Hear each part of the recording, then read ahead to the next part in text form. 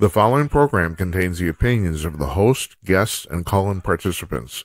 These do not necessarily represent the views of this show's distributors or sponsors. This program may contain obscene, profane, or otherwise objectionable language. Viewer discretion is advised.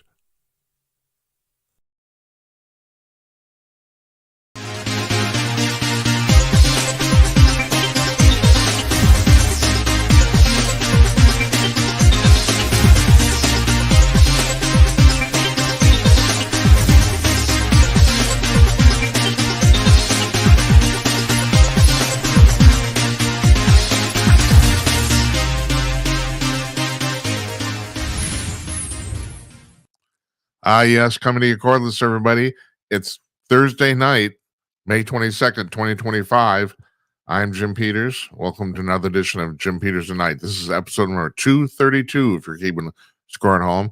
And yeah, it took us 200 episodes to get our shit together here. And we're not quite there. Now, here's the thing. We're started 2 minutes late today. I'm sorry. But Tim Conaway is our guest tonight, and he signed in. We ask our guests to sign in around 5 to 9 Eastern so we can check their camera and microphone, and almost inevitably the problems with the microphone. Most people are still on Windows computers, and Windows, they basically fix the microphone, the sound input on it's like fixing the airplane while you're flying it. You think the video would be hard. The video is easy. Plug the camera in and it works. They got that. But the sounds always, 80% of the time when we have trouble connecting with the guests, it's the sound. It's not Tim's fault, and it's not your fault. It's not anybody's fault except the damn people in Microsoft. But whatever. I still remember I used to be a studio musician, and one of my hallmarks as a musician was I knew the technology. So, I made a pretty good living in Los Angeles in the 1980s programming synthesizers for rock bands, because these guys didn't know anything, and we were dealing at that time with what was called frequency modulation synthesis, and nobody understood that either. And I would be called in before recording sessions to program the synthesizers. And why did I bring that up? Because I brought that up because in 1989, I think it was, I was working on Windows 2. Now, you all remember Windows 3, or maybe you don't, but that was basically the start of, for non-Apple computers, it was the start of the graphical user interface. But Windows 2 was a thing, and I worked on it, and it was ugly. Any rate, yeah, okay. So Tim Conaway is our guest. He's a former executive editor of Hustler magazine. He's our old friend. We love talking to him. Going to shoot the shit about, and yeah, I'm trying not to swear on the show, but I came to the realization that it's not that I can't do it. It doesn't sound real if I don't. That's the way I talk. You're not going to say shoot the crap. Nobody knows that. Everyone knows shoot the shit. That's the has a nice alliteration to it, and that's the phrase. So that's what I'm using, because we don't have to appeal to the FCC here. We have to do that. We're not on the radio, So anyway, and we got some stuff we're going to talk to Tim about. So it's Memorial Day weekend. Or it's going to be starting tomorrow anyway. Monday we're taking off. Now, I've been announcing this for like a week now, but I'm going to announce it again. We're taking Monday off, but for the first time ever, we're going to be running a rerun on Monday. Now, and this is going to set a precedent. We are always now, Monday through Thursday, we're either going to have a live show or we're going to run a rerun, one or the other, because we finally figure out how to program this stuff, so we can do it ahead of time. So yeah, and matter of fact, I think I said last night, the night before, I thought maybe we'd run Robert Tannenbaum's interview from a couple of weeks ago, but no, I think we're going to run, because it's Memorial Day, we're going to run Ryan McDermott, who was on, I can't remember, Monday or I can't remember. Anyway, just recently, he's been on the last week, 10 days, and he is an Iraqi war vet, and he wrote his book it's largely about fighting the Iraqi war. It's called, what is it called, Jim? Can you remember? No, I can't. It's called Downriver. That's what it's called. A memoir of a warrior poet. poet. I remembered. Damn. Christ, takes a second. Yeah, Downriver. That's his show. And if you want a link to that, we have a link in our blog to his episode and also to buy the book on Amazon too. But I think we're going to run him on Monday. We're also going to take next Wednesday off. Tuesday, we got Jonathan Lockwood, military historian, is going to be coming by. Second appearance on the show. He's going to be a regular. He's going to talk to us about world military and diplomatic affairs. And so, and we're having him on specifically to talk about the Israeli Hamas conflict and also India Pakistan, because as I've said, if you're going to see nuclear bombs on the planet, that's probably the first place they'll show up. Those two countries hate each other's guts, and they both have nuclear weapons, and they're right next to each other. And that almost happened here until Trump actually. This happened after we booked Lockwood for Tuesday. Trump has, at least for the time being, seems to have negotiated a ceasefire. We'll see how long that lasts, and hopefully it does. Because seriously, it probably won't affect us here in the United States. Even some damn radiation cloud won't get that far here.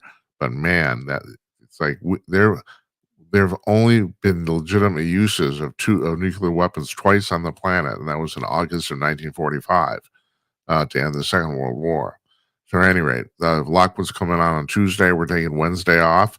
Thursday, our old friend Larry Newman will be here. Bigfoot investigator, bail bondsman extraordinaire. He's chased around the country, catching people that skip bail, and he's chased around the country chasing Bigfoot. And he is. That's what he does. So yeah, I don't know. I'm gonna save this for Tim. I was gonna say something. I'll ask him about it. So we're taking calls tonight. We're taking calls as Tim is on live. We're taking calls as it happens. So if you want to ask Tim a question, yeah, Tim and I'm gonna ask him that too. We'll save that too. 325 call Jim 325-225-5546 is the phone number to call. You can call in and talk to Tim. He'd like that, I'm sure he would, because we finally got his microphone fixed. Now we're going to see what's on the front page of Conk News right now in real time, and then we'll be back with Tim Conaway. Stay tuned.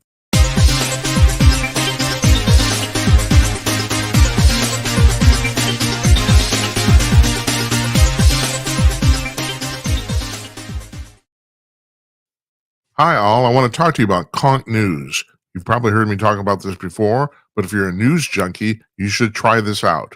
Conk News is a news aggregator. Now, there are plenty of news aggregators on the web, but Conk News is different than all the rest, and here's how. Most other news aggregators will lump the top stories from each news source under that news source. The top 10 stories, like, for example, from Fox News, Breitbart, the New York Post, etc. What Conk News does is it sends its servers out onto the web to over 75 different news sources every 3 hours. And yes, this is an automated process, but in this case, that's actually a good thing. And collects the latest stories from said 75 sources and then lays them out on its own front page in the order they were posted, regardless of the source.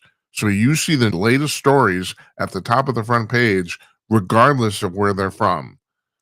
And this is all free to you. You don't need to log in. You don't need to subscribe, register, nothing. It's completely free. All you have to do is go to conk.com to check it out. That's conk.com, CONK.com, conk.com, Conk News.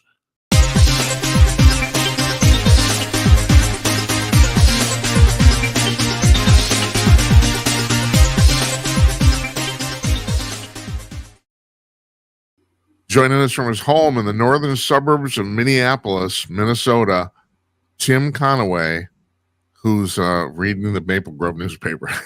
It actually says Maple Grove there, man. Oh, hi. Hi. Just catching up on the local crime report here. Yeah. What's going on? Does it say? A woman reported that she hadn't seen her niece since Thanksgiving.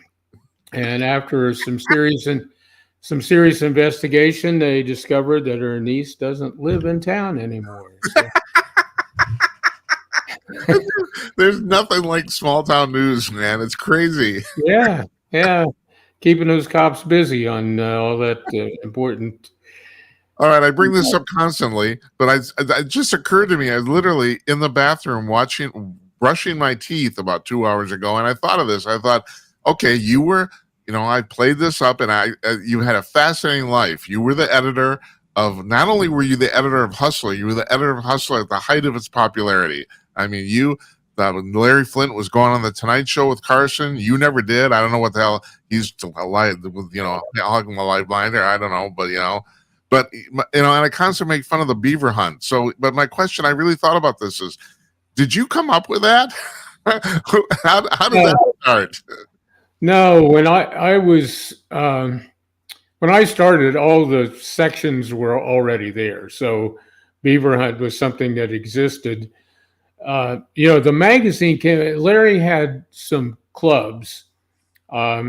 His goal in life was to own some really nice nightclubs. That's what he wanted to do. And so, hold on, are you saying that the magazine was basically like a means to an end? Was that in his mind? No. The magazine was he had some bars in like Cincinnati and in Dayton, Ohio, and so Larry's Hillbilly Heaven was one of them. And I want to point out, you're serious, right? That was what it was called. Yeah, right. Okay, right. And then so he started the Hustler clubs, and the Hustler clubs had strippers in them. It was a private club. This way, you get around some of the licensing regulations. Do you remember how much was a membership? Do you remember? Oh, I don't know, because the clubs actually closed by the time I got onto the thing. But so are we talking about like the early 70s here? Yeah, early 70s. And so he started sending out a newsletter, and to the Hustler members, it was the Hustler newsletter, and it would have pictures of some of the dancers in it, and not like a whole spread or anything like that, but just some, pun intended. And some other stuff. And somebody told him, hey, you got the good thing good, because Larry had his commentaries in there and some other things, and so the magazine developed out of that. And like I said, by the time I got there, it had been operation for over a year, maybe a little bit more than a year. And so all those segments were in there. Kinky Corner, which was just it was a story sent in by readers. The reader participation angle was that kind of grew out of the clubs, because guys would send in some stories to Larry, and so Beaver Hunt and the Kinky Corner were reader oriented stuff, reader contributions to the thing. And yes, I used to get to edit a whole bunch of these things. The Kinky Corners were famous for, in their original unedited form, for and then I. It's like the thing on the Penthouse letters. I never thought these letters were real until. Do you remember that? Yeah. It's a big deal. Yeah, the stuff was real. We had to, clean it up a little bit. I mean, editorially clean it up. But well, I'm going to throw this out here. Hustler kind of started, at least in the public's mind, I would say, you started kind of the reader interaction thing. I mean, there was no internet. Literally people were sending stuff in. Mm-hmm.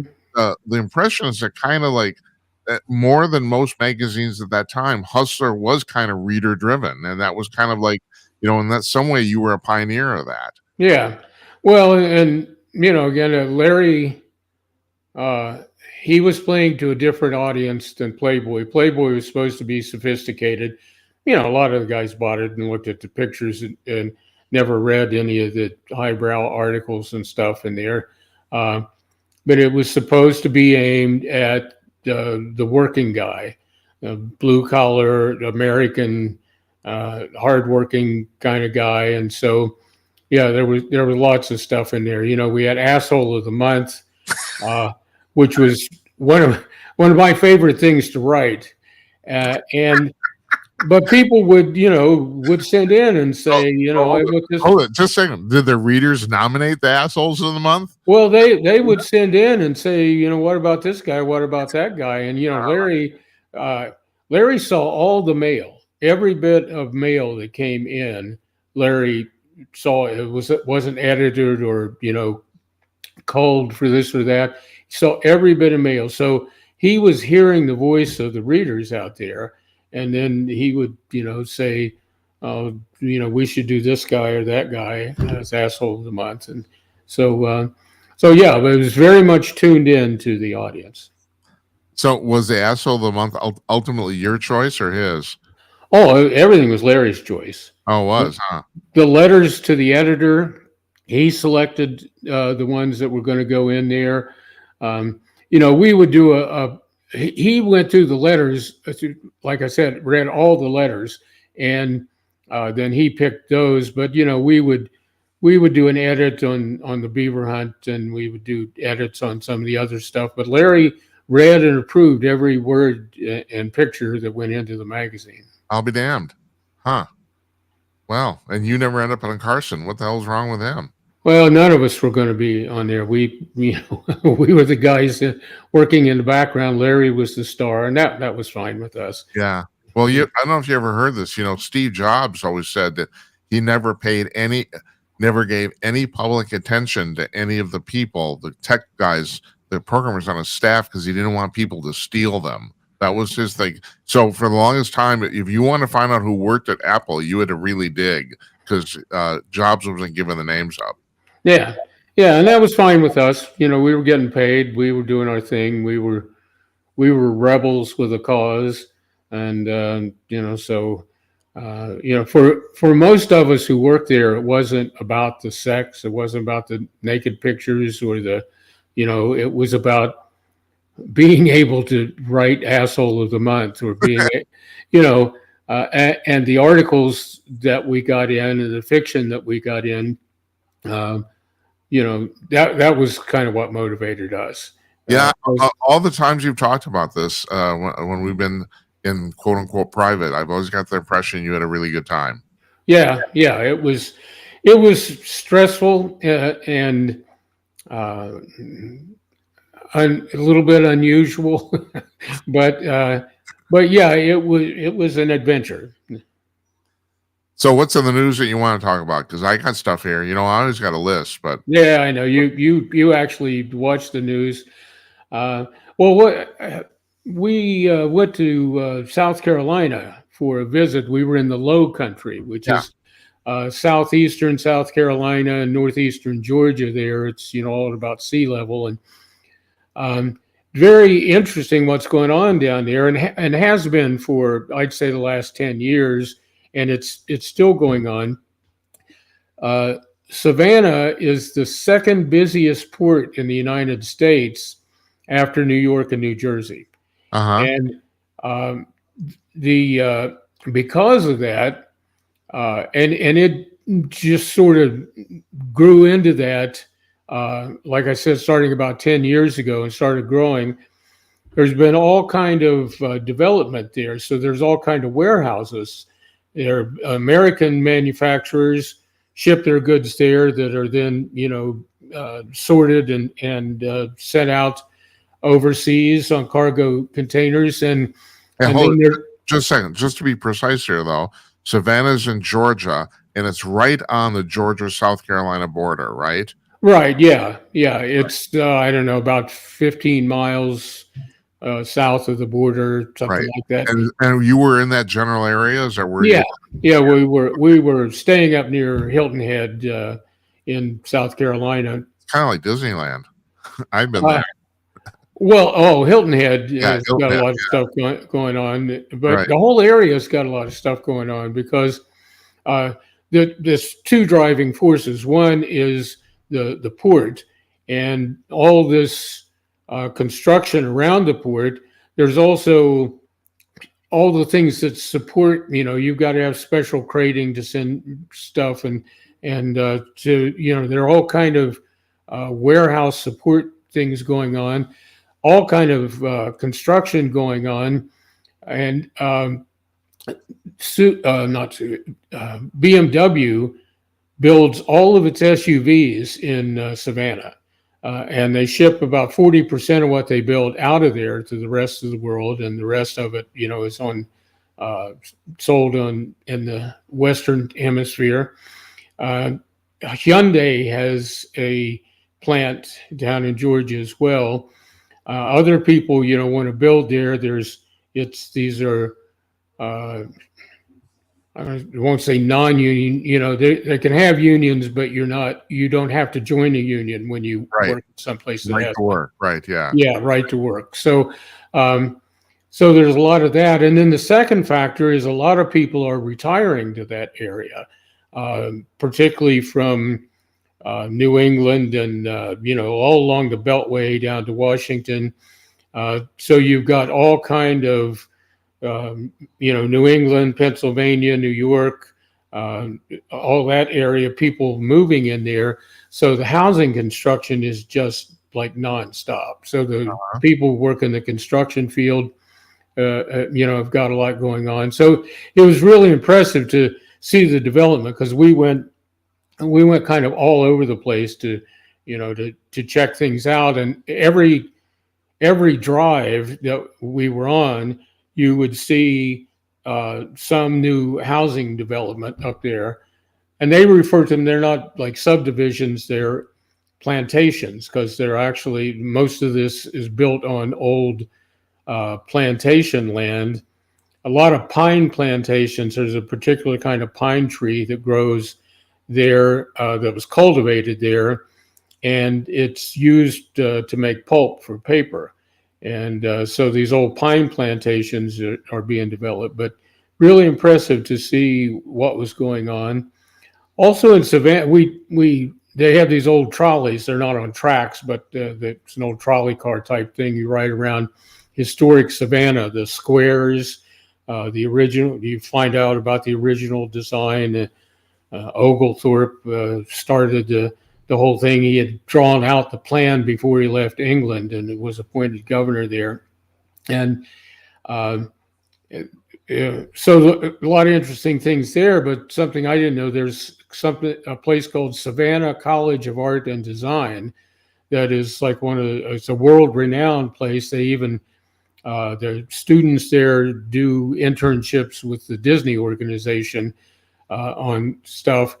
And they have been buying, when old buildings come open, they buy them and keep them, because they want to keep that old flavor of Savannah there. So they've got about 50 buildings there that they have different kind of classes and various ones of them, or events or whatever. So that's a thriving educational thing there.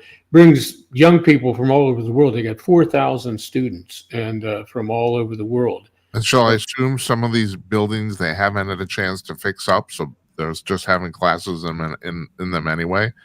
Well, a lot. I wasn't in them, but the impression I got was that they buy them and they fix them up. They take care of them so that they're good quality buildings. They have they build a couple of big new dorms. They've got dorms all over the place. But it's just nice to see. You think of Savannah, you think of the Old South, but it's nice to see all these young people there experiencing it and contributing to it as well. And great restaurants. Tim, I had and I can't remember who I was talking to because it all blends together at this point. But I had somebody on a couple of weeks ago, and we were talking about the fact that I've always thought, I had not always, because this is relatively new, about the fact that what was going to happen here after COVID very quickly is that a lot of people would be moving out of huge cities. That would be like New York, LA, Chicago. Mm-hmm. I don't know if I put Minneapolis in that. Minneapolis is at the fifth. We're the 15th largest city, and we're probably the smallest big city in America. That's probably the best way to put it. Yeah. But people would be moving out of the large cities and moving to medium-sized cities like Sioux Falls, South Dakota, or Savannah, Georgia, because there's no reason to be in a big city anymore with Zoom and stuff. People work everywhere, you know. But what turns out, I was talking to a couple of people. I might have been wrong about that. It looks like people are actually moving from big cities to really small towns, you know. And I don't know. I don't think Savannah would not qualify as that. But at any rate, but the reason I brought this up is because I think there's a new vibrancy to smaller town America because people are literally coming back. Well, and people, get tired of the big city. We lived in Los Angeles for 25 years, and we liked it. It had a lot of stuff going on if you can afford it. Yeah, right. But it was getting more and more expensive, more and more crowded, more and more criminal. And then you've got the air, which was a problem for me. It wrecked my sinuses. So we moved to a small town. My next job, I got transferred, and it was near Sacramento, near University of California at Davis, but it was a town of about 2,000 people. And it was very suitable. It was very kind of relaxing in a way. I was still working, still doing basically the same job, but it was a more relaxing environment. So, the hustle and bustle of the big cities, particularly at the cost of everything these days, if you can't afford to go to the theater and the opera and the fine restaurants, and even if you're making a good living, you still can't afford a lot of that kind of stuff. And to put up with all the hassles of the big city is a pain. I didn't want to move to Minneapolis, but it was kind of a job decision made for me. And because I thought Minneapolis was a lot bigger than where I wanted to be.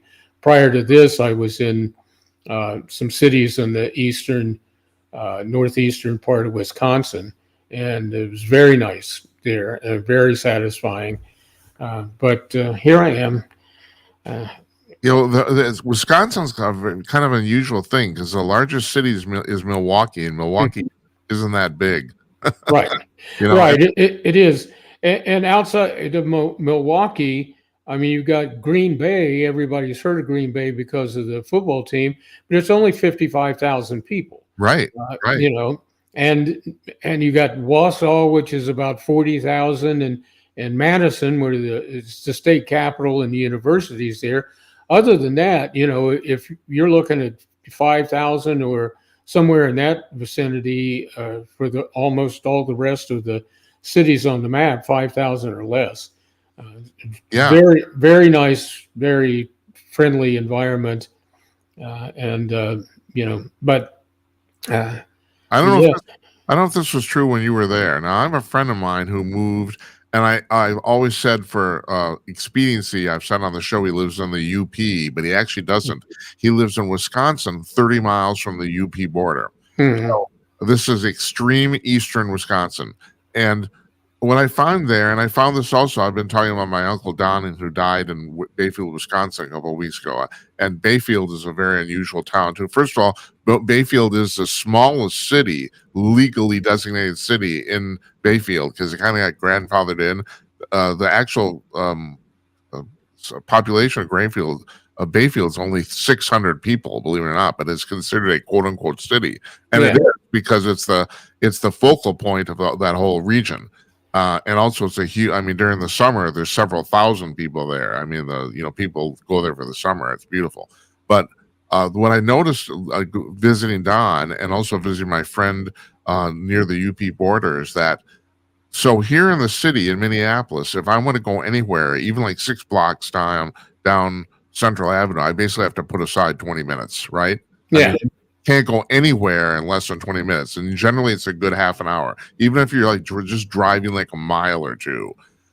There, it's the same thing. And I'm wondering if you found this too.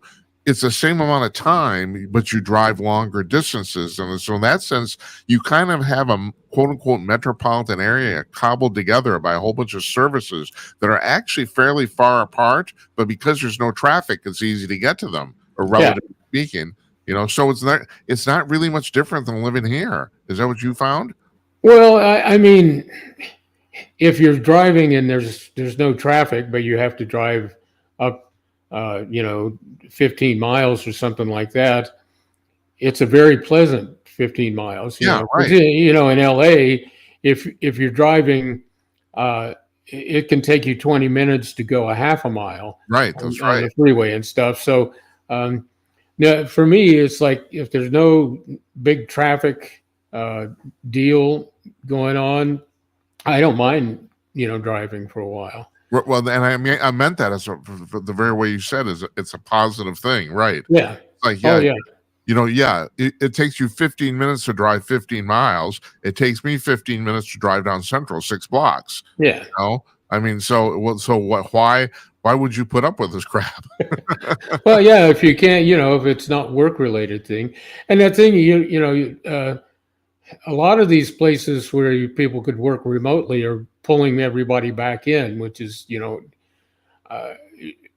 wasn't, which says to me it wasn't managed the right way. They weren't getting the productivity that they needed, or they just felt like the middle management group felt like, oh my God, they're going to get rid of us because things are getting done without us hunkering over somebody all the time.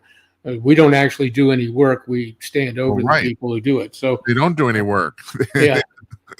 So, but if you can work remotely, and we have former neighbors who live up in the Lake Mille Lacs area, central to northern Minnesota. They both work remotely, and the companies they work for are here in the Twin Cities, but occasionally they have to drive down and be in the office for something, but they're able to do everything just fine from up there, and and they're loving it. Yeah, when you worked for Flint Publications, and you went on. I can't remember. Did you work for Dennis for a while too? I can't remember. You edited a whole bunch of different magazines other than Hustler, and right. And I mean, years ago, people couldn't even imagine it. The fact that you could actually work at home, it was a pipe dream. But did you find that what you were doing was the collaborative nature of literally having desks next to other person helped? I mean, do you think you could have done that job remotely? Well, it depends on what you're putting together. We had, when I was editorial director at Flint, we built it up over a 10-year period to 36 magazines, and 33 of them were not in the sex or adult industry. They were sort of hobbyist magazines or narrow focus magazines, and we were acquire magazines, but the people that were doing them didn't have to move to Los Angeles. So we had people working remotely then. And they were the kind of magazine where you didn't have you didn't have sections of them where you had to have people come together and create a lot of stuff. There was a lot of creating things in Hustler. But in other ones, you got your subject matter, and you get your subject matter experts who, are all freelancers basically, and the editor pulls all that stuff in. And we had our copy editors co-located because my method was the copy editors are, a copy editor on any magazine is only working about 2 months out of the cycle on the thing. Once that material passes to them, well, you hope you start working on the next magazine, but it doesn't always work that way. So one copy editor might work on 2 or even 3 magazines. So, we had to have them kind of close in.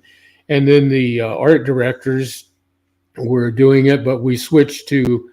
I got the company to install a network of Macintoshes because at that time Mac was the only thing that was running Quark Express and Right. Photoshop and those kind of things.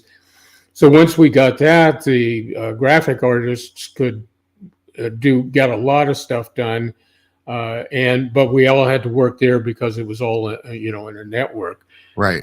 Today you could set it up and they could actually work from home and accomplish the same thing. So the collaborative nature of it just depends on what is the subject matter of your magazine and how many people you kind of need to put that together. Yeah, you were just at the start. That was the mid '80s. Was pretty much the very start of computer editing, wasn't it? Oh yeah. We got it in. It was, when was it? I can't even remember now. It was 87 or 88 when we went to that, and it sped up the process too in many ways, so that people, a copy editor could work on 2 publications because we were speeding the process of getting everything through. So yeah, it was interesting. And then in the mid 90s, I was selling advertising space out of a room in my house. I had an office in my house, and I was doing it entirely at home, selling it. I was creating what we call one shots, a buyer's guide or something like that.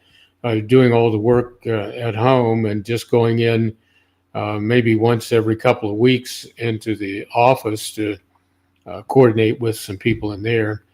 So yeah, I was working remotely a long time ago, and it was okay by me.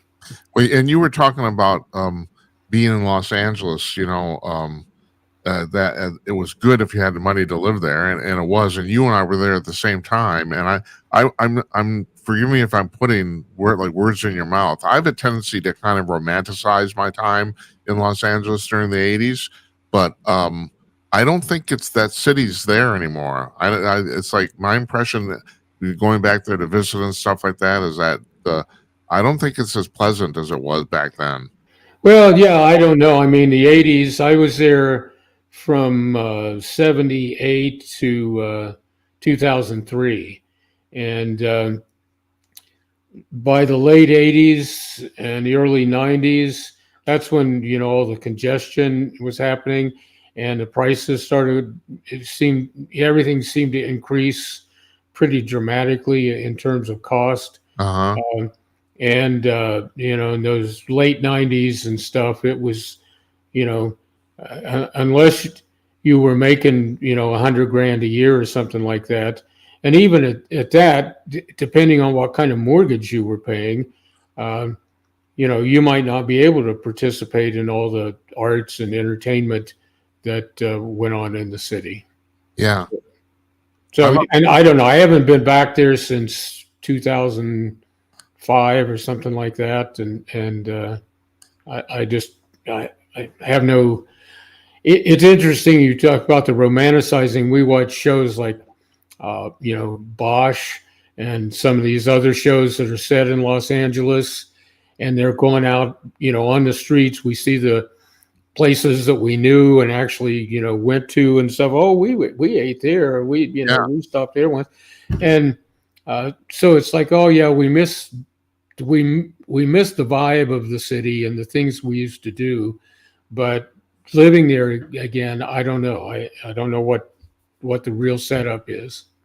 Yeah, I haven't been to New York in quite a few years, and I used to go there quite regularly. But I'm under the impression the last 5-7 years, people I know that live there said that New York has really gone to hell. It's Yeah. like, it's just gone to shit. I haven't been there. We used to go about every year back in the day, but no, I haven't been there in a long time, and no interest in going there. We went there to visit people. We knew people in New York, but I also went there on business, quite often. And so that's a little bit different when you're doing it that way. So getting back to this thing about you talking about Savannah. So I read Charles Gasparino. He's a business writer for Breitbart, and Mhm. I really like him because first of all, he has a really interesting history too. He's a former professional boxer. And he ended up in investigative journalism. It was pretty funny. But again, maybe it takes a boxer to get some good results. I don't know. Yeah. But so he writes the business beat, and I subscribed to his newsletter, and I was reading it today. It came out, and he's talking about the fact that so far, and this is what I've discerned too, but I'm just wondering, especially in light of your recent trip, so far, the tariffs that Trump instituted haven't affected business in the United States greatly, but he thinks at this point, this is his 2 bits just talking to his business leaders. Mhm. People are going to very quickly run out of patience. He said either Trump has to figure something out here and get these tariffs negotiated, or basically the corporate business is going to start to rebel and say, F you, we're just going to raise the prices. Because, Well, and I know you're not a Trump fan, and it's kind of the reason I brought this up. Trump basically told corporate business, he said, you guys just eat this for a while. And so far they have been. But he says they can't can't continue to eat that, and they shouldn't have to eat it at all. And frankly, the president, no matter who he is, doesn't have the right to tell businesses how to operate their business. No, he doesn't. He doesn't have any say in that. But if your costs go up, you have to raise the prices in order to handle that. You might have to do some other, lean sculpting in your business. But they're going to have to raise prices. And then the whole, Trump started off saying that all these other countries have been ripping them off, and we're going to make them pay. Well, the countries that we import stuff from don't pay tariffs. Tariffs are paid by the people who import the goods and distribute the goods here. China doesn't pay a nickel in tariffs. None of these people do.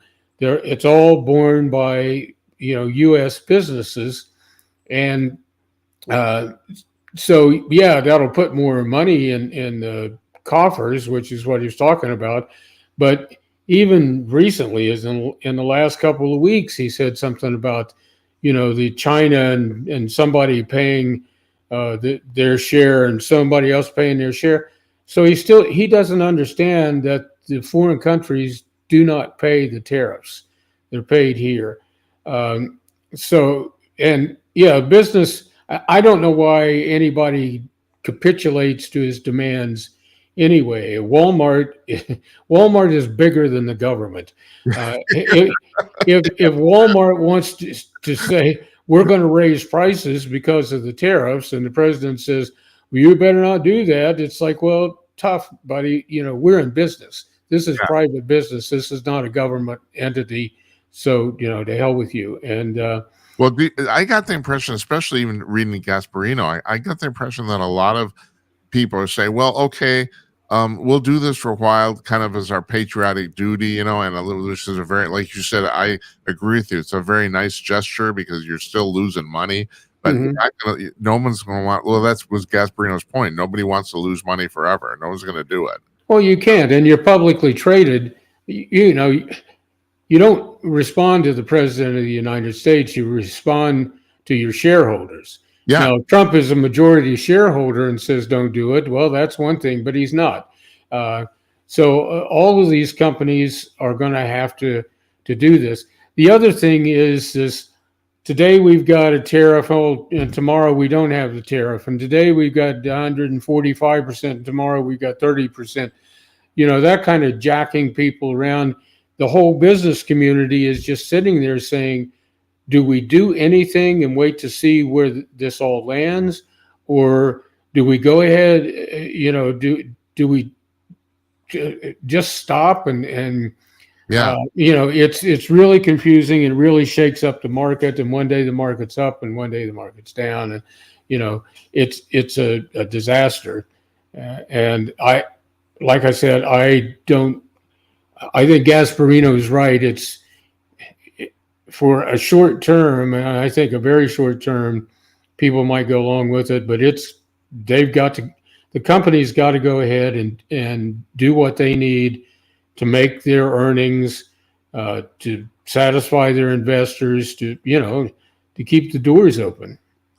Yeah, and I thought of you today. Another piece of news came out and made me think of you ASAP about the fact that and I can't remember where this is, and does it even matter, that some judge somewhere has put a kibosh, an injunction on the Trump administration thing about shutting down the Department of Education.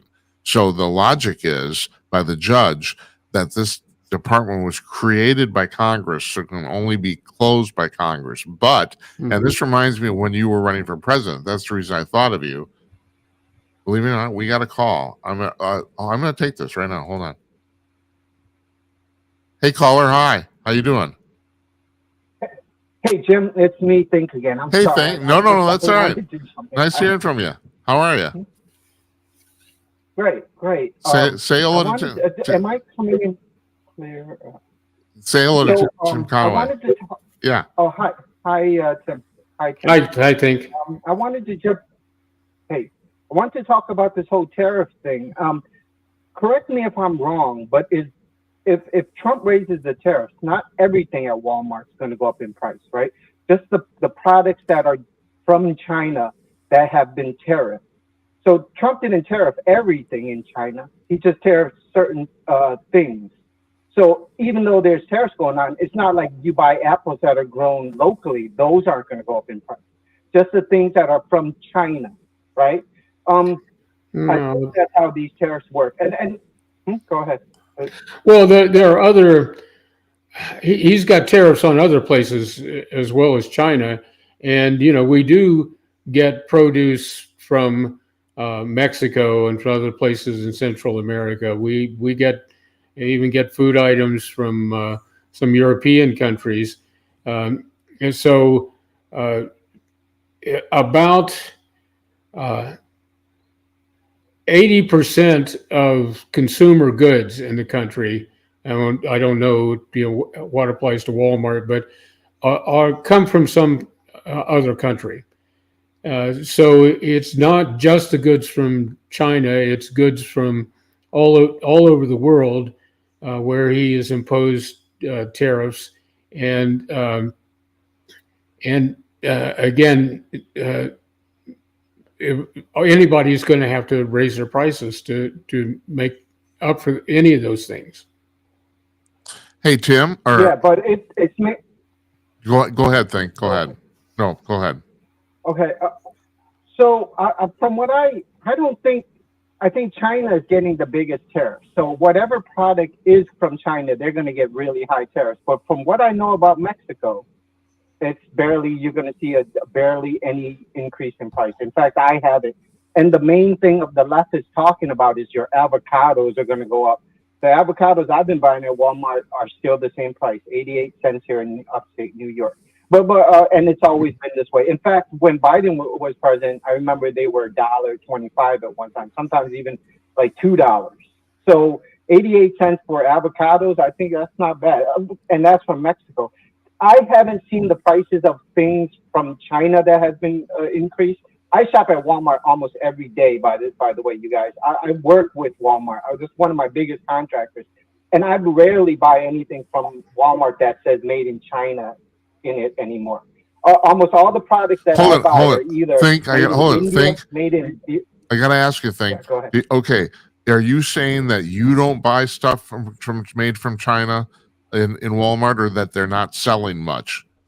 Clarify what you're talking about. They're not selling much. Okay. That's right. They're not selling much. And I keep a track on this because I want to know what country is making, where these products are coming from. It's just one of my, it's like looking at the ingredients. That's one of my pet. I like where these products come from.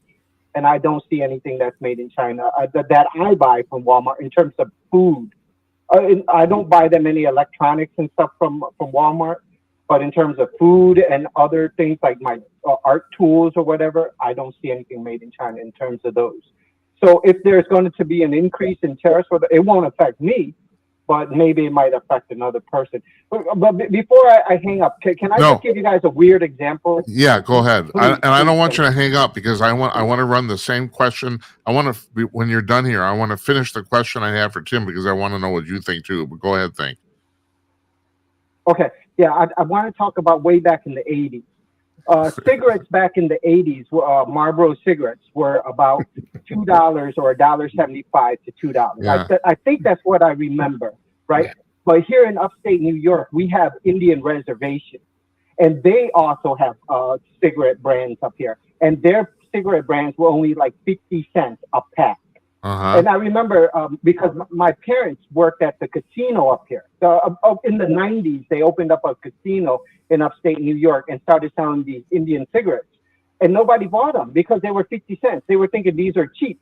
So they would buy the Marlboro cigarettes. And then Newports and then Camels eventually became popular like late in the 90s.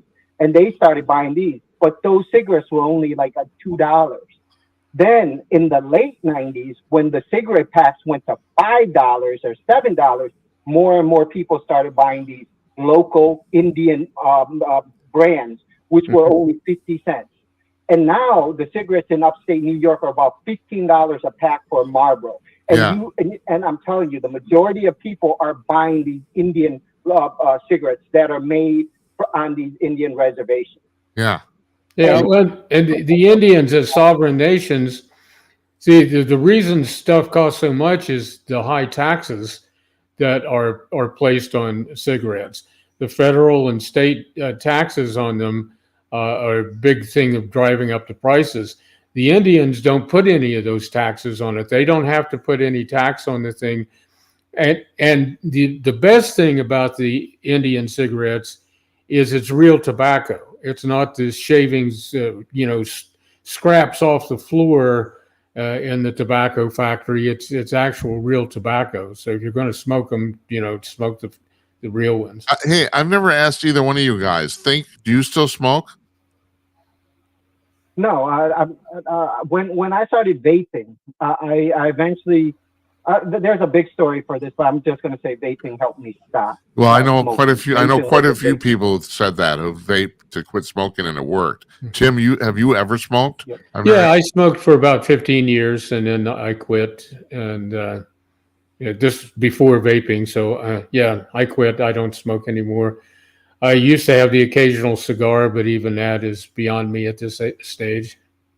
All right, I want to both of you guys before Tim before you came on. This is what I'm going to ask Tim. So Tim was running for president, and I was talking about the fact that this judge, some district judge somewhere, wouldn't let the Trump administration shut down the Department of Education.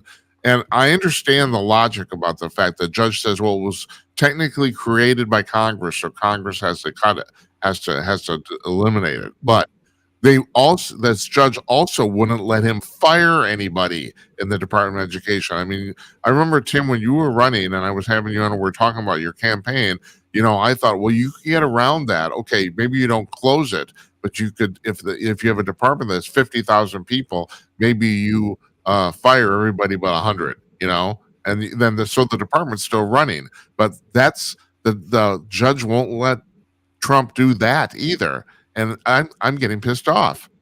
Okay, well, let's hear what Think has to say. Yeah, what do you think? You still there? I had I'm still here. I had an opinion of. I don't think that that the judge could override what the president wants, especially if it's the majority of people agree with it.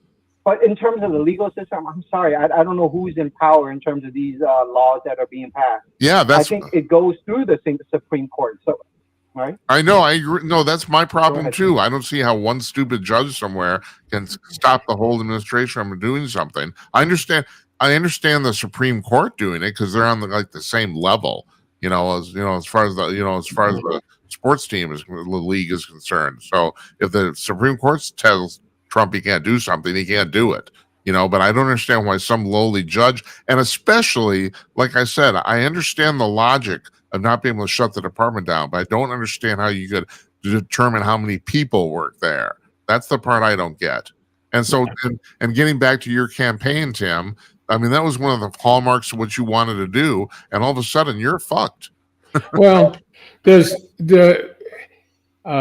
constitutionally speaking, the Congress has the right to set up these departments, and so only Congress can get rid of the department. Right. And in fact, there is a provision in this big, beautiful bill to get rid of the Department of Education. So if Congress passes that, then that part is done. In terms of being able to fire people, and judges, let me clarify this too. It's not just the Supreme Court that can say these things. Judges, based on the Constitution, lower level judges can make these decisions. The thing can be elevated to the Supreme Court, but any judge anywhere, well, any federal judge can say, constitutionally speaking, you can't do that. So it doesn't have to be equal to Trump, and it doesn't matter what the people want. The Constitution says how it works. If all the people in the country want to change that, then you have to actually amend the Constitution and go through that process, and the process is spelled out.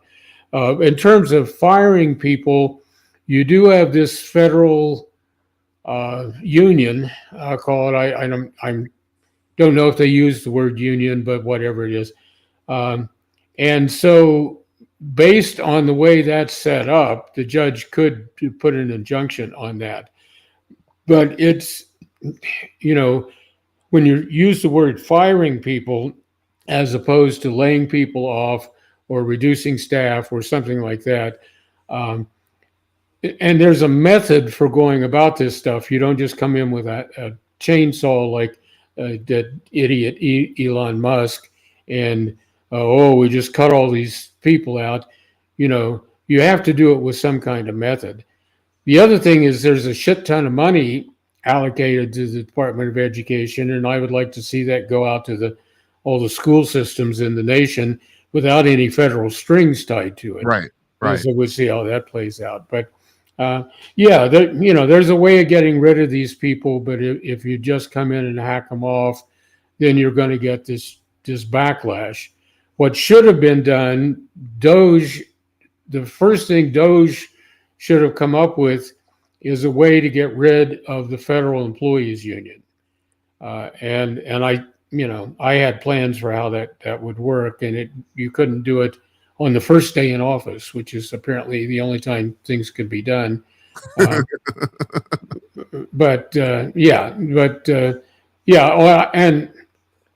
So the judge is right on the one thing. On the other thing, it's a tricky issue with unions, and just got to play it a little bit more smooth. Think anything you want to add? Yeah, I want to ask Tim. I have a liberal friend that speaks basically similar to what Tim is saying. So, Tim, you don't think that Elon Musk overlooking government spending was a good thing? No. You basically believe that the government has been doing a good job in terms of where their finances has been going? Oh, no, the government hasn't been doing a good job at all, but there is a way to make these changes and to make these moves and to bring things down. Elon Musk is a computer programmer. People say he's a genius. He made all this money to begin with. Was he and another guy wrote an algorithm to allow people to pay for things online when you order stuff online. It was PayPal.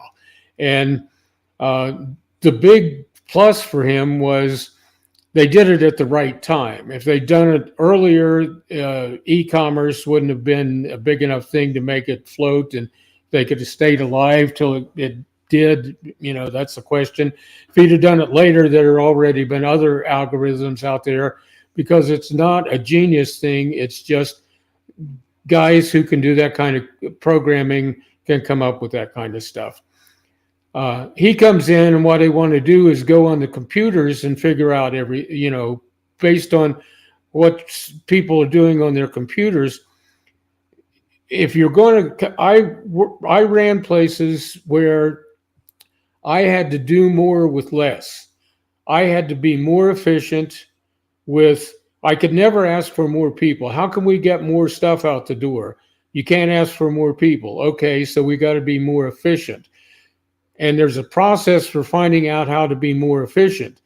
In the process of finding out how to be more efficient, you find out where you can make cuts in people.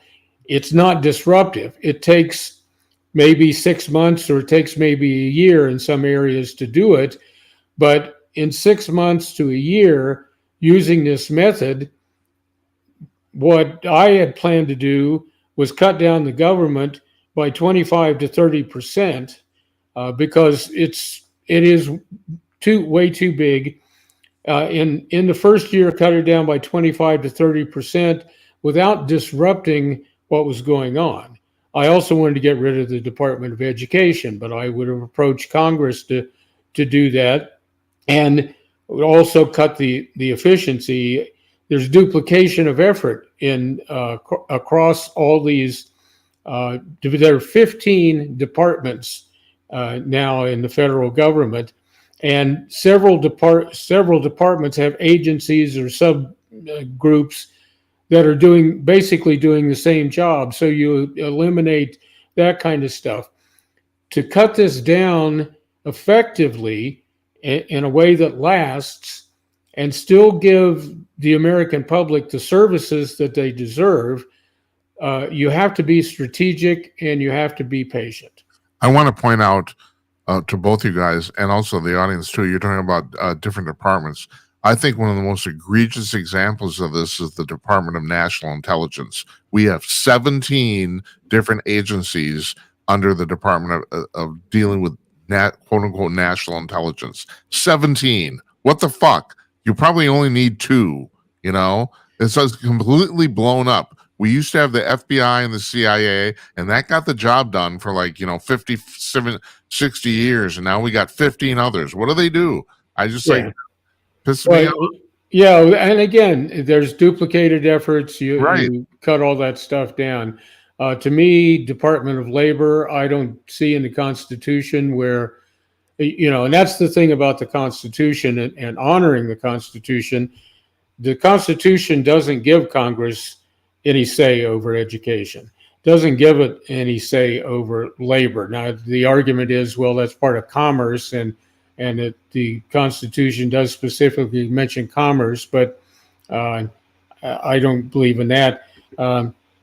There are like 3 or 4 other departments that clearly don't fit into any of the parameters, even if you take a wide kind of vague interpretation of what the terms mean, in that there are 8 areas that are outlined in the Constitution that the U.S. Congress can deal with.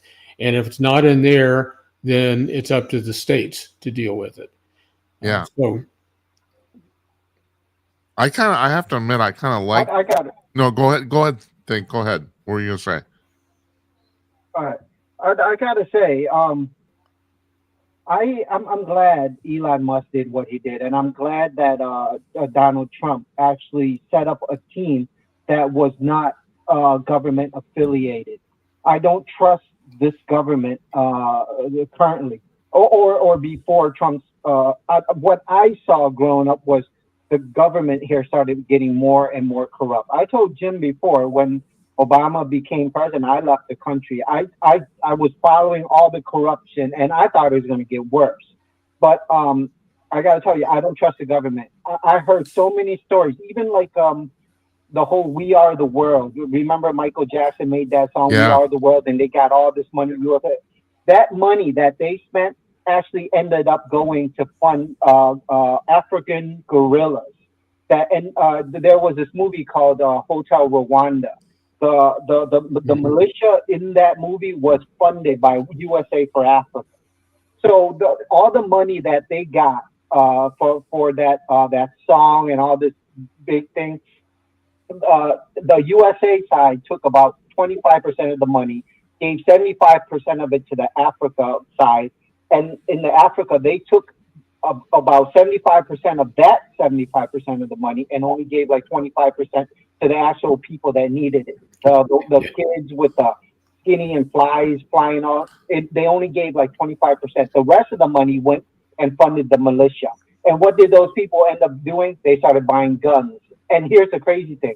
They started killing their own kind because they had a different name. That's where all this funding is going. Now, if the government had looked at this, they wouldn't have even paid attention. They are buddy in the government. So for Trump to come in and say, hey, I don't want anybody that's part of the government to overlook this. I want an independent person, independent group that has no affiliation, no agenda. So I want them to thoroughly look at this and make their decision. This was done in the past with, have you ever seen that movie about Scarface called Untouchables? That group was also not part of the government. And that's what it took to take down Scarface back in the days. And so that's why I think this is a good thing.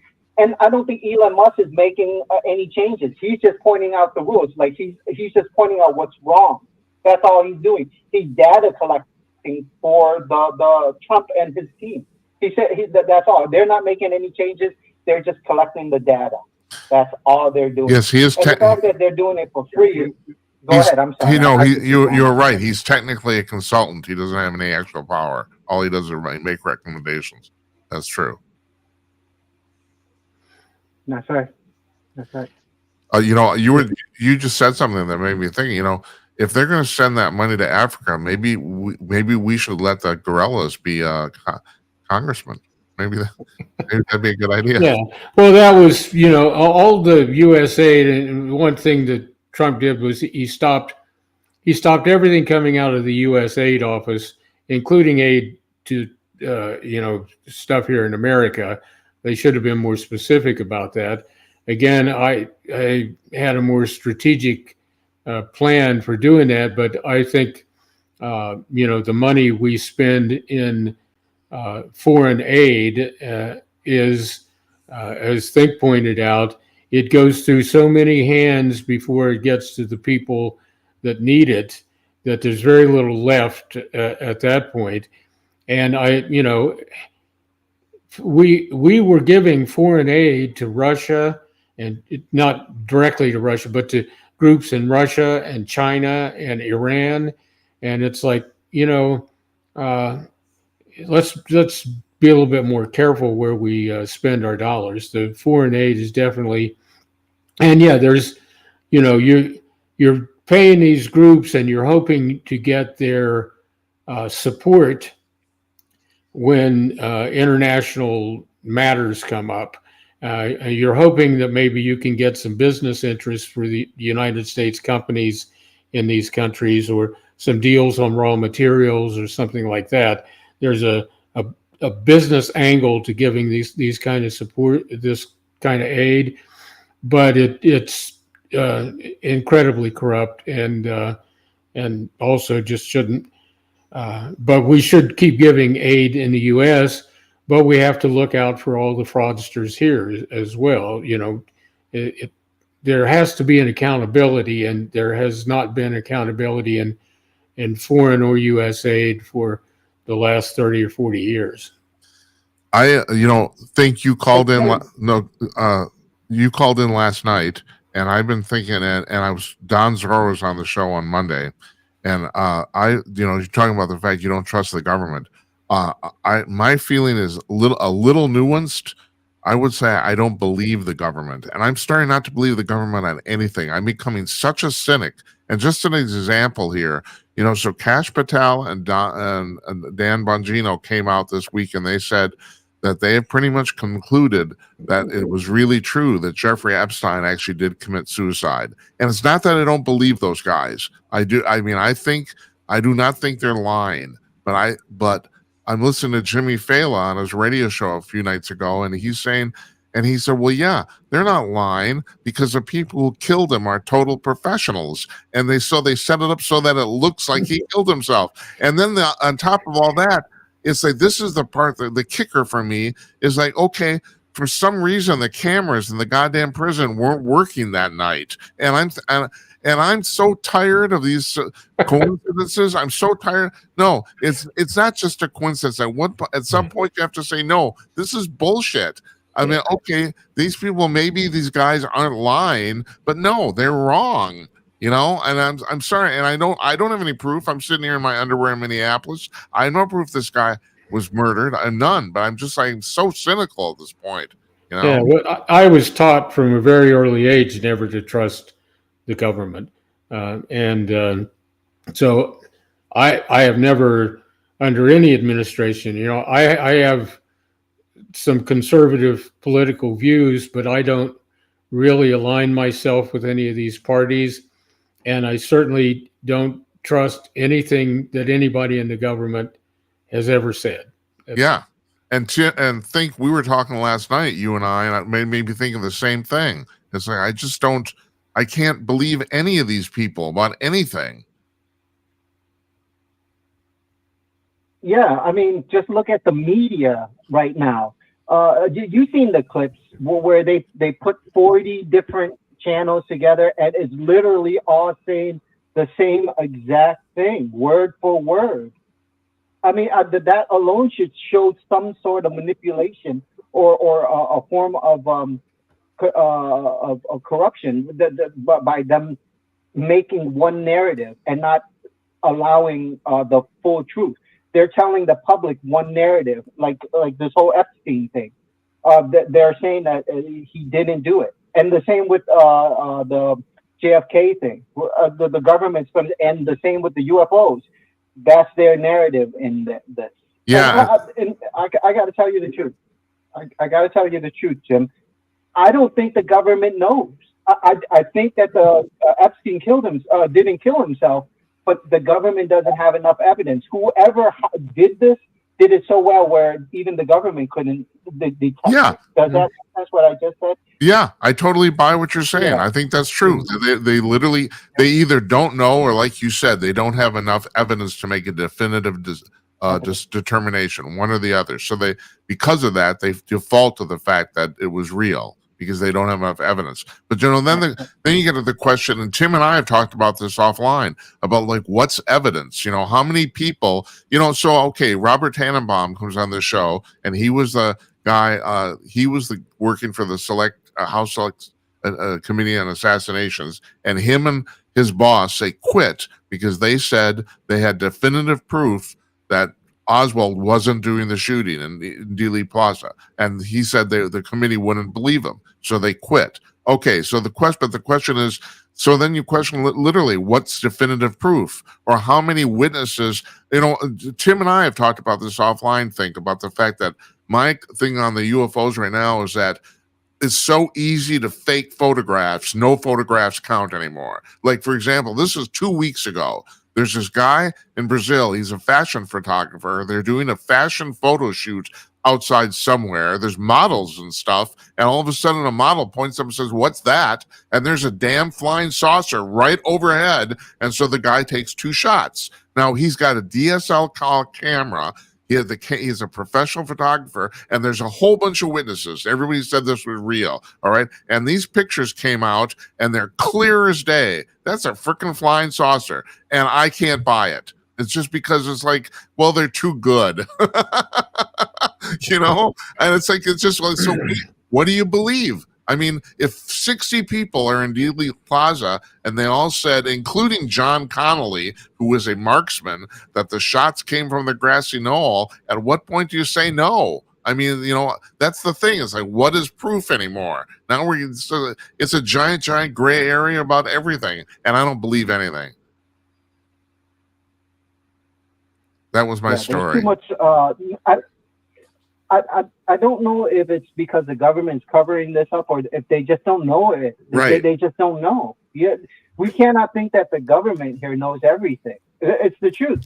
The government didn't create the internet. Let's get this clear. The government did not create the internet. It did not create cars. It did not create electricity. It didn't do this. The regular people did. Al Gore didn't do that And the stuff. government has no. Al Gore did it. He did all that stuff. Jobs, there was a group of people that messed around with the phone lines, and that was the first internet. And eventually, the government started dabbling in what these people discovered that they could do. And it's things like that. The government doesn't know everything. The government just doesn't know everything. And so for the government to say Epstein didn't kill himself does not mean that, that does not mean that that's true. There's too much evidence is pointing to that he was murdered. Come on, the camera was turned off. Yeah, the security guards weren't there. Right. It makes no sense, and that's the thing. How many coincidences do you need? It's just the cameras just happen not to be working. Oh yeah, okay, sure. Right. The security guards are all asleep. Oh yeah, sure, fine. Yeah, right. Yeah, Tim, I'm giving you the last word here. I'm going to shut this thing down. Okay. Well, you know what? I wanted to get into this a little bit, but I was please do. thinking of back, because we've talked about we used to be liberals and now we're conservatives, and I was thinking, was I really a liberal? Because I was when I was a teenager and I was in my 20s, I believed in the civil rights issue. This is what it came up. I was at a school the other night, and there was some stuff up there about some people in the civil rights movement, and I was thinking, the 60s was particularly the late 60s. The hippie movement. Everybody, you demonize the opposition. Trump's approach, which is he does it in a very childish and poor way, but you demonize the opposition. So when young people started rejecting the norms of society, then they got labeled as dirty hippies and all that kind of stuff. But we came out of World War II with during World War II, every factory turned to making munitions or planes or whatever it needed to make for the war effort. There was rationing. We all got to stick together and win the war, and it was a great thing. And we won. We won the war. If we had not been involved, who knows? I think it had gone on forever, or Hitler would have had all of Europe or some kind of shit. So, yeah, it was a great effort. We needed to do it, but we came out of that as a regimented society, people willing to take orders. So many people were involved in the military. So you had this very conformist society, and people had their roles and people had their places. Women worked in all these factories because the men were involved in the military. But then when it came back, we had to get back to that. No women in the factories, and no, women don't work. They stay home and raise kids and all this kind of stuff. And so, in the 60s, you got this generation of people who feel that free spirit that's always been a great part of the American experiment. And it's saying, we reject all that kind of stuff. We don't have to fill that role. We don't have to fit into these narrow confines. And, that was the thing that appealed to me. And then you get into the area of equal rights and equal opportunities, which is a great thing. And we were moving in that direction. Then somewhere along the line, we got into equality instead of equal rights.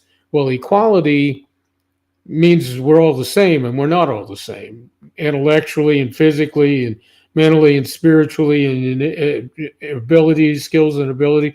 We're not all the same.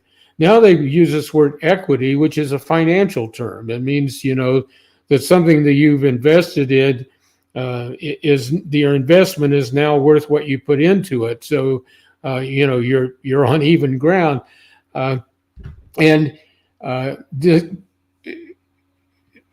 all this stuff was being codified. The DEI thing, was a codification of social issues, and the government should not codify social standings, social norms, or social issues.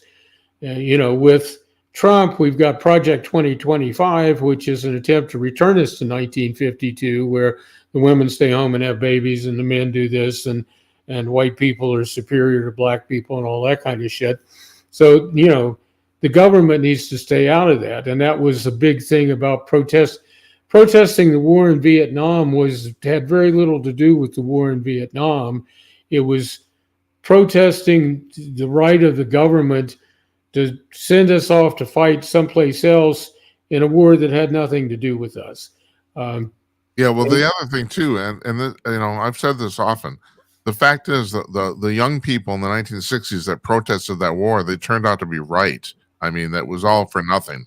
Yeah, exactly. There were some intellectuals at the top of that, effort, and there was also the accusations that there were these commie agitators on college campuses and do it. So I was on college campus. I never met a commie agitator. These were intellectuals. These were all these ideas. But the other part of it is, this diversity walked into there, because if you look at everybody as a person, if you hire people, you accept them for educational institutions, if you accept them socially based on their personality, their ability, their skills, their willingness to do the job, willingness to treat other people fairly, then you're no longer recognizing that they're black or Asian or Latino or whatever. And that cuts out a whole shitload of people from the money game. that cuts out all of these, activists and their organizations. And so that's why, we got to push for diversity, and we got to codify it into everything we do. So whenever I think about all these things, I think the problem is, the government should stick to governing, stick to treaties, the military, interstate commerce, making it easy for the states to interact with each other, and the government should stay out of legislating or dictating morality or social issues or any of that kind of stuff. So you were talking about like the regimenting of society after World War II, and I think a good example of this. I get back to the UFO stuff, but I still think it's a good example. So the Roswell thing happened 2 years after the World War II was done. Right. The people in Roswell who said the government came and told them not to talk about this, and there were a lot of them, like 600 of them, from what I understand. All of them said, at that time, if the government told you to do something, you assume the government was right in their best interest. And that's one of the primary reasons all these people clammed up, because they said, at that it's basically bolstering your point. At that point in history, people trusted the government implicitly. So if the government told you to do something, you assumed they were right, and you assumed it was your best interest, so you did not talk. Yeah, and that's, the era where we get books like 1984, which kind of, the government is going to control your thoughts and your actions.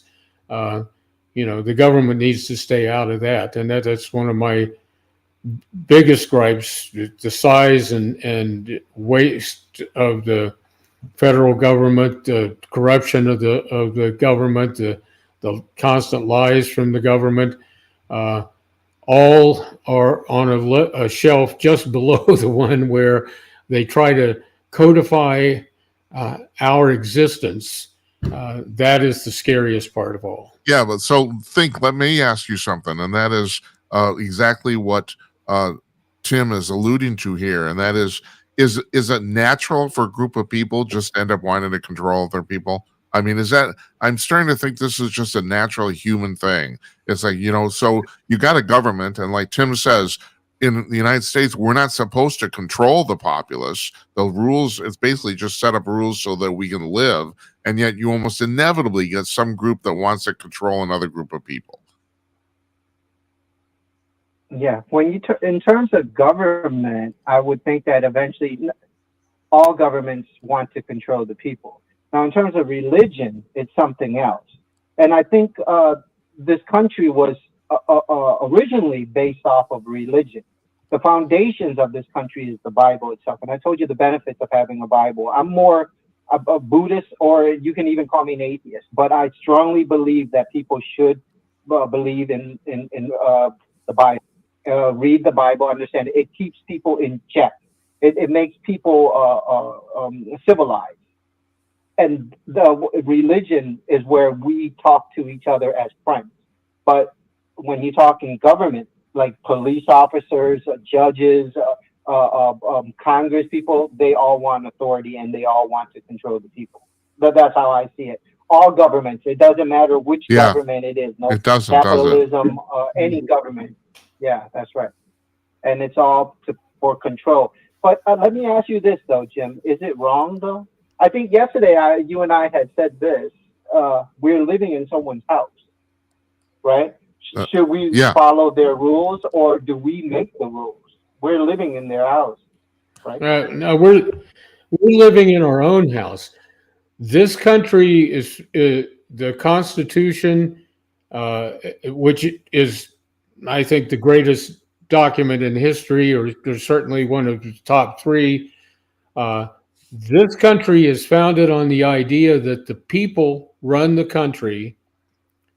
We elect representatives to represent us, to look out for certain needs that we can't do as individuals or even as small groups. But we're not living. It's our house. It's the people's house, and the government works for us, and that's the way, or it should work for us. That's the way it's set up. We're not living in the government's house. We don't belong to the government. The government has the final say over us.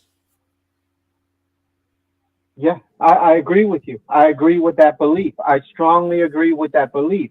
But at the same time, I know that if it's my house, right, and the house next door burns down, it's really not my place to say whether they should fix their house or not, because I'm living in my house. And all the stuff outside my house is not of my concern. But we're living in a country where it's a concern for everybody. The best way to say this is that I told Jim, I don't believe this is a free country. Nothing in this country is free. You can't just get in a car and drive. You have to have a driver's license. The car has to be registered. It has to be inspected. The wheels have to be a specific type of wheel. All kinds of rules and regulations. You can't drive drunk. You can't do all kinds of things. And this is to protect other people, not just you, to protect other people as well. So even though we say this is our house, there's rules and regulations that protect other people as well, because we're not living alone in one house. We're a bunch of people in one house. Does that make sense to what I said? I believe what you're saying, and I wish that was the fact. But your belief and my belief are different. There needs to be an equality. What is it? The word when everything is leveled, there needs to be a balance from your belief and my belief, because we live in a society with a whole bunch of different people believing in different ideas in different ways. So there has to be a balance. It cannot be one person that the whole country justifies everything based on that one person. I'm making sense. I know it's a really complex thing I'm trying to say. No, and I hear you. And well, see, I was talking about the role of the government and the role of the people. Now, when you're talking about society, and that's, I make a distinction. Government shouldn't control society. You do need regulations for people driving and cars. We need laws, murder. We have laws against murder and robbery and burglary and fraud, you know, and we ask the government to make those laws for us, and we pretty much accept, most of those kind of laws. But from a societal standpoint, yeah, we should be more free to make our own choices in society. But there's a lot of pressure from a lot of areas, uh, not just the government, but from religion.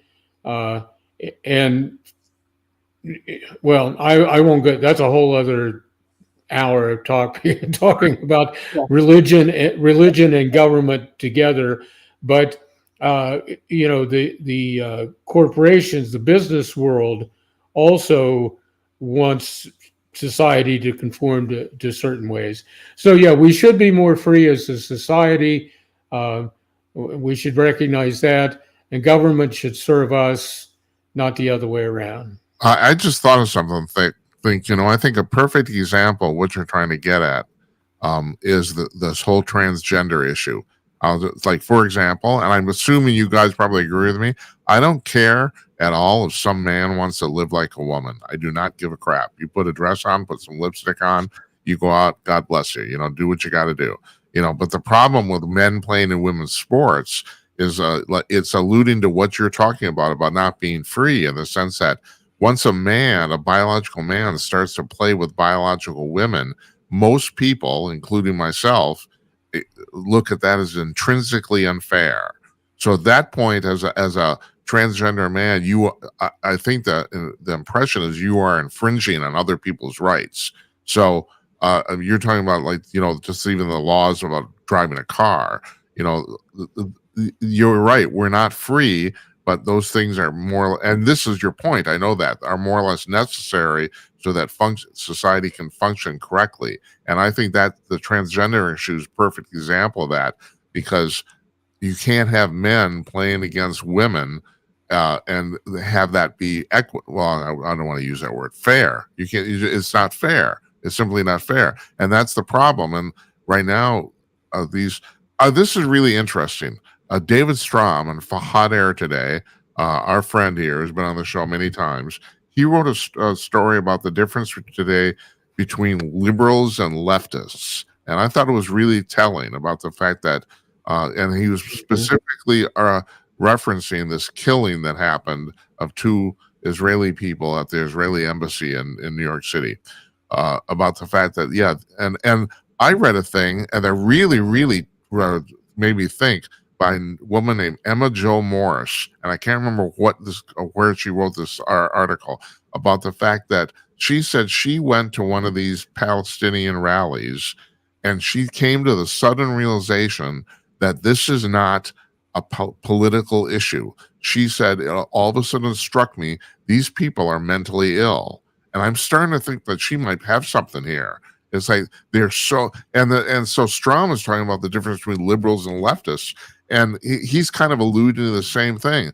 The leftists are, I mean, I talk about people, I don't use terms on the show all the time about being batshit crazy, but they are. They're not real liberals. It's not, they're not, your standard ordinary Democrat. I mean, I look at like a guy like Bill Maher, who I have a lot of disagreements with about policy, but he seems like a rational person. I mean, he's a thinking person, and I just happen to disagree with him. These people that Strom is calling leftists, they're nuts, and I don't know how the hell I got from the transgender issue. Oh, about the transgender issue, because the transgender people who are advocating for these men playing in women's sports, I think they're crazy. They're literally crazy. And I'm starting to think Emma Jo Morris is actually onto something here. There's some sort of mass psychosis going on in the public, and it's obviously it's not the majority of the public, but there's a certain segment of the public that's just plain freaking nuts. And I think it's growing. And that was her her thing too. That she brought up the fact that psychologists said there's 6 times more narcissism among college students now as there was 50 years ago or something like that. However you measure that, I don't know, but I guess they do. You know, Well, they make it up. Well, you know, one of these things. Again, this topic of the transgender thing. If we had just let society take care of that, society would have fixed that. But instead, people are trained to. We want the institution to decide what's going on. You're absolutely correct. That's right. We want the government to decide what's going on. Right. No, that's a social issue. Let society take care of it. And you know, if society felt free to take care of it, these ball-bearing guys in their what is it? I can't even think of the name for this female swimsuit. But anyway, yeah. No, there's a Malinois or something like that. Okay. Anyway, these guys they would have had their noses busted. I mean, they would have been taken to the deep end and pounded. The other women, just let them figure it out. Let that happen, or just these people could have not competed, or they could have kept them from competing some way without having to get ultra violent about it. But no, everybody is trained to sit back and say, "Oh, what's the institution going to do? Oh, right. What's the government going to do?" You're absolutely correct. And it's a societal issue. It's not up to institutions and government. It's up to us to take care of that. I do think it needs to be pointed out, Tim, that the people that want institutions to decide this are in the minority. I don't mean they're in a minority. It's a relatively small number of people. It's not the majority of the populace who wants. I mean, the majority of the populace wants to do this the way you did, and this kind of got lost during the election. But the number one issue in the election for people who voted for Trump was actually the transgender issue. Inflation was second. I mean, there's pretty much universal. Everyone seems to think this is wrong, but there's a small number of people that want institutions to impose this on us. And that's actually the problem. Oh, want the institution to impose. I'm talking about they want the institution to take care or to make the decision, or they want the government. Oh, we're going to elect Trump and he'll take care of this. No, society takes care of it. You all get together, as parents and as competitors, and tell the other person, you can't do this. You can't be on this team. You can't play here. And that's the end of it. And if they want to go sue and do all this other thing, it's like, well, there is no legal standard for it to sue over, because it hasn't been made into a legal issue. There aren't any laws. It isn't an institutional issue because the institutions haven't said anything about it. Government and the institutions have said, let society take care of it, and society works it out. Yeah, the people who want to get in there want the institution to say, oh, you have to let them do that. And when the institution does that, they have failed us. When the government does it one way or the other, they have failed us, because they're saying you have to depend on us to work these things out for you. Work them out yourself. Think you were going to say something? You got cut off? Yeah. I was just going to say, I thought that the people didn't want this. There was that mayor. She recently was in at one of those Trump conferences where she said, "Well, I'll see you in court." Trump had told her, the people wanted you not to allow transsexual men playing sports. And that was the governor of Maine, right? I'm going to see you in court. Yeah. No, the thing is, we're not. I thought that the government was forcing it. We're talking about the same thing here, except the thing is, the only difference I'd say what Tim just said is that right now the institutions, or the people that want the institutions to decide this, are succeeding. That's the problem. I mean, it should go exactly the way Tim said. I mean, it's like, yes, this is a societal issue that should be decided outside of government and outside of law. But right now, the people who want to impose this on society are, I would say that at the present time, they're succeeding. I don't think they're going to much longer. But that's what's been going on the last few years. And yeah, that's wrong too. That's totally wrong. And in that sense, the government has failed us. Absolutely. You know, guys. All right. I'm going to just. Okay, can I say this one? Yeah, last please thing, do. Real quick. The only thing that I have against libertarianism, I don't know if I'm saying the word right, is there's a borderline between their theory and anarchy, and that's very, very fine. It's a very fine line between what they believe in and anarchy, and that's my only fear, that we live in a society with no laws. All the people that are coming here illegally to this country are not coming here for anarchy, not coming here for freedom. They're coming here. They're dying to come here because of the justice system here. That's what makes this country so great. They know that if they come here, they can build something because they will be protected and be surrounded by people that will help them become something instead of where they were originally from, which was a free country like South America or Africa or all these other countries, or Venezuela, where they were being abused. Yeah, Venezuela. That's just abused. sad. What's happened there? It's unbelievable. I mean, you talked about one of the most prosperous countries on earth, and 30 years completely went to hell. I mean, it's unbelievable. And people say, "Oh, it's socialism works." Bullshit. Just look at this. I mean, for Christ's sakes.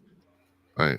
All right. Well, guys, I tell you what. Well, we're running out of time, so I'm going to let both you guys go, and I'm going to wrap this up. I really appreciate this. Thanks for calling in. Yeah, it's good to talk to you. Yeah. Nice talking with you guys. Yeah. Okay. You take care. Bye-bye. And I just want to finish on this note. A guy once told me, brought up the anarchy, and a guy said, anarchy is a great idea until you've got two people. Okay, well put. Right. Yeah. Socialism is a good idea if you don't have any stuff. Hey, Tim, it's really a pleasure. This was a great conversation. It's fantastic. Yeah, it's always fun. I'm glad to be here. Yeah. So I'm gonna just wrap up here. I'm gonna let you go. You take care. All right. We'll see you. Right. See ya.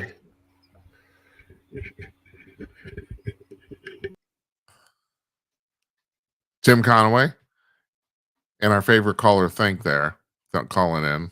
It's great. Yeah. So as usual, I had a whole part 2 planned here, but what the heck? It's like we do this off the seat of our butt. That's what we do, and it always makes for good conversation, and that's what I hope we're getting done here.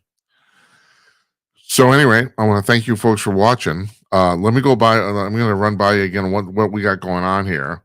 So we're taking Monday off. Tuesday we got Jonathan Lockwood. Once again, I'm going to remind you too. We're on Monday. We're going to start running reruns. So we're going to have a show up 4 nights a week, no matter what's going on. So Monday night, for the first time ever, we're going to run a rerun. It's going to be Ryan McDermott about his book Downriver, about being in the Iraqi War. I thought that would be appropriate for Memorial Day. Tuesday, we got Jonathan Lockwood, military historian. We booked him the day after Memorial Day for that reason too. So he's going to talk about some of the world situation. Wednesday, I'm taking off again. Got some personal business I got to take care of. We're going to run another rerun. Don't know what that'll be, but it'll be there. On Thursday, Larry Newman, Bigfoot investigator. It's interesting. Tim was talking early in the conversation there about Savannah, Georgia, about how there's a whole bunch. They're building a whole bunch of what out of the South you would call housing developments. He said they call them plantations down there, and I think that's actually a legal term they have down there, if I'm right, of a plantation. But at any rate, and the thing, and Larry, when he was on last month, we were talking about the fact that people are in new housing developments all across the country, because a lot of them are built either what was or right next to a forest, because people are clearing land to build houses. He said they see Bigfoot all the time. He said so many people are seeing Bigfoot. I've heard this too. I've read this also. So many people are seeing Bigfoot, they don't bother to report him anymore. They just like, Bigfoot's in your backyard. God bless you, you know. So they got to figure out what these things are. I mean, they do. I don't understand why people have a problem with the fact that they're an undiscovered primate. I don't. I just don't. Well, how come it hasn't been discovered? Well, it hasn't yet. And I get back to this thing about the giant squid. For 2,000 freaking years, sailors were saying they saw these giant squids and nobody caught one until 2006. 2,000 freaking years before someone finally caught one. So yeah, I'm assuming that's you know, I have people on the show, Stan Gordon, who said there's a paranormal aspect to Bigfoot, and I'm not necessarily discounting that, but these things are very definitely real. And I just think that, yeah, at the very least, they're just like, yeah, they're an undiscovered gorilla. That's what it is. So how did I get from that to, Larry's coming on. That's right.